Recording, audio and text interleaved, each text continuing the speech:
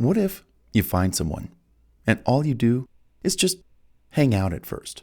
There's no real first date per se. What do you do? Talk about. And how do you act? Now, not all encounters start off with an official date or finding someone directly on a dating app. You might just be friends with someone you could be or never thought you could be romantically interested in. Maybe that person is just a neighbor, a classmate, a coworker. Perhaps you just found yourself hanging out with this person more often than you ever thought you would because you two really just enjoy each other's company.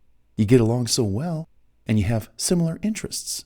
Perhaps physical attractions soon arise with time spent together where they didn't naturally appear there before. Perhaps you're in the kitchen making a meal together and one of you just happens to slightly brush up against the other in an almost flirtatious manner. What then? Does the flirting continue? Perhaps it does. Maybe you think you both want to accelerate your interactions to see where this might lead, but you know you shouldn't move too fast. You don't want to ruin a good friendship by rushing into things too fast. Alas, the art and benefits of taking things slow. Right? You bet. Maybe this is a dear friend who just happens to be single like you and wants to enjoy the company of someone special like you. Well, whatever you do, don't come across too anxious, pushy, in a hurry, desperate, or thirsty. Bite your tongue, control your urges, keep a little distant. Don't sit right next to this person all the time. Allow the other person to feel you out too.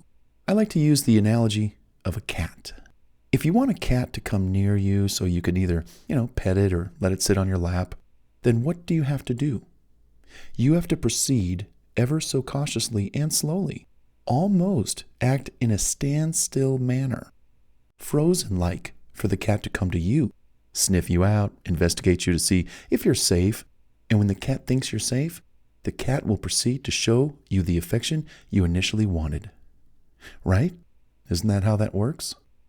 At that time is not the time to then rush the cat or start doing those things to it that you'd like to do. No. Instead, further allow the cat to get to know you, bond with you, spend some time with you, all while you being still, inviting, safe, non-threatening, and investigative in a stealth-like manner.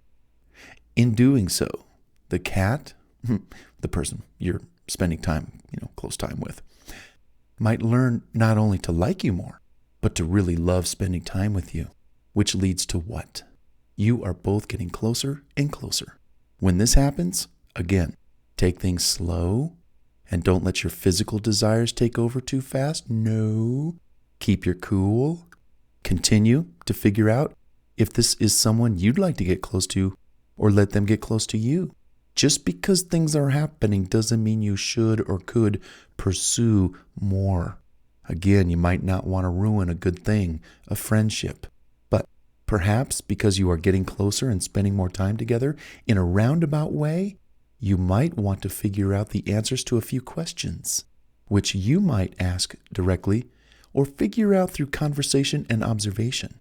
Talking things out before any physical merging of bodies is always the best policy to protect your heart, your body, your pocketbook, and your time.